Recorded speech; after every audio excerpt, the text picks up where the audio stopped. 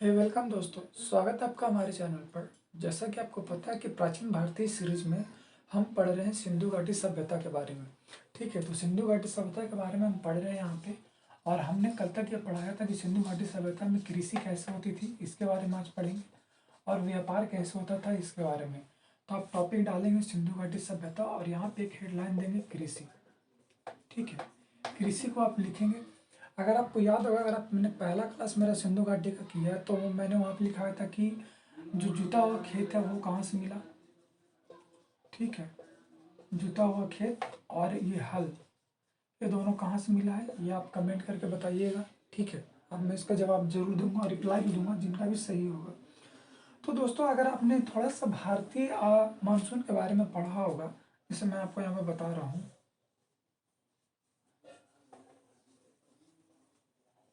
ठीक है, तो हाँ, आपको पता होगा कि ये दक्षिण भारत ये जो साउथ इंडिया में आकर के जो मानसून यहाँ टकराती है वो इस तरीके से होती है। यानी कि अगर डायरेक्शन अगर देखें तो साउथ वेस्ट से उत्तर पूर्व की ओर भारतीय मानसून जाती है।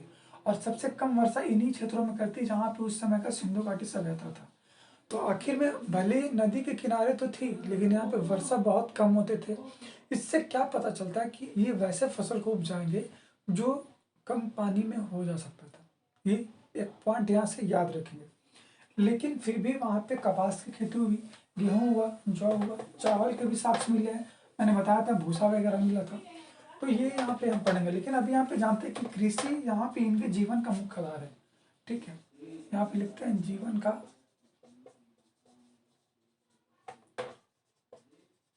मुख्य आधार है, क्या है, कृषि।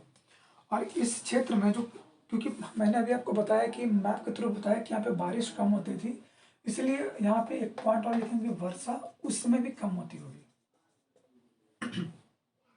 वर्षा क्या होती थी, कम। लेकिन यहाँ पे अगर आपने मोहनजोदाड़ो पिक्चर देखा होगा तो एक डैम तैयार किया गया था जो बाढ़ से है।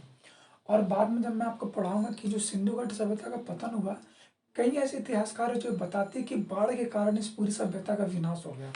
तो एक डैम तैयार किया गया था। ठीक है, डैम, क्योंकि जो भी मैंने ये बताया कि जो भी यहाँ पे सिंधु घाटी का है वो किसी न किसी नदी तट के किनारे, क्योंकि हिमालय से नदियाँ का फ्लो हमेशा लगातार होता रहा है, इसलिए तो डैम बनाया गया। साथ ही देखिए यहाँ पे कौन कौन फसल उगाई जाती थी, तो गेहूँ, जौ, सरसों, कपास, चावल, तिलहन। ठीक है, ये सब आप लिखते चले, गेहूँ, जौ, कपास, जो भी है, तिल, सरसों, सब मैंने लिख दिया यहाँ पे। इसमें मैं आपको ये बताऊंगा कि जो कपास है, कपास का जो उत्पादन हुआ है, यानी कृषि जो हुई सिंधु घाटी सभ्यता में सबसे पहली बार हुआ है। सबसे पहला यहीं से हुआ है। कहाँ से, सिंधु घाटी सभ्यता से ही ये इसकी खेती शुरू हुई। और इसको सिंधु घाटी में, इसको हिंडन, एक वर्ड है सिंडन या हिंडन करके, आपने पढ़ा होगा। इसे कहा जाता है सिंडन। ठीक है, सिंडन। तो सिंडन एक टर्म है जो किसके लिए यूज हुआ है, कपास के लिए यूज हुआ है। ये हम लोग नोट कर लेंगे यहाँ पे, ये इंपॉर्टेंट है, इसके बारे में थोड़ा सा। गेहूँ और जौ सबसे पहला था, ये याद रखेंगे। और मैंने आपसे अभी पूछा था कि कहाँ कहाँ पे जुता हुआ खेत और हल कहाँ से मिला है, ये आप लोग कमेंट करके बताएंगे। साथ ही साथ चावल का खेती के बारे में मैं थोड़ा सा बता दूँ। चावल जो था वो आपका लोथल में हुआ है ना, रंगपुर में भी हुआ है।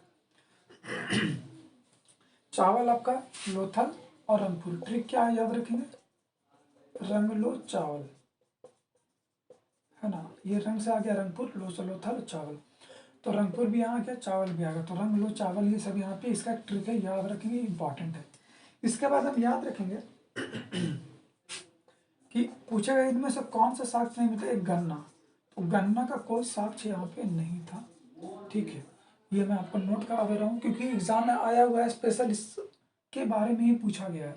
तो गन्ना के बारे में किसी तरीके का कोई साक्ष्य यहाँ पे नहीं है, ये हम लोग यहाँ पे नोट करेंगे। साथ ही साथ यहाँ पे हम लोग बता सकते हैं कि जो आपका हल था वो कहाँ से मिला था, कालीबंगा से।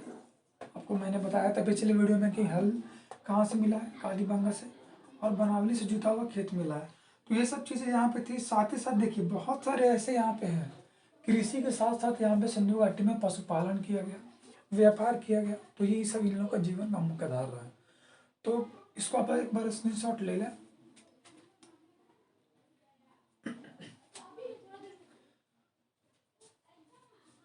अगले वीडियो में क्या पढ़ने वाले हैं कि जो पशुपालन होता था वो कैसे करते थे, सबसे पहला पालतू जानवर कौन सा था। साथ ही साथ यहाँ पे क्योंकि मैंने आपको जब पासानियों को बताया था तो मैंने उसमें यह बताया कि सबसे पहले पालतू जानवर कुत्ता था, लोग कुत्ता को पालना शुरू किया। इसका लेकिन सिंधु घाटी सभ्यता में इसका विस्तार हुआ लोग, लेकिन गाय का कोई साक्ष्य नहीं है सिंधु घाटी में, अभी मैं आपको बताने वाला हूँ, ठीक है। यहाँ पे मूर्ति पूजा होती थी, समाज में महिलाओं की स्थिति क्या थी वो मैं आपको बताने वाला हूँ। तो उम्मीद करते हैं वीडियो आपको पसंद आया होगा। वीडियो को लाइक करें और सबको शेयर करें जिन्हें इसकी ज़रूरत है। मिलते हैं अगले वीडियो में। जय हिंद।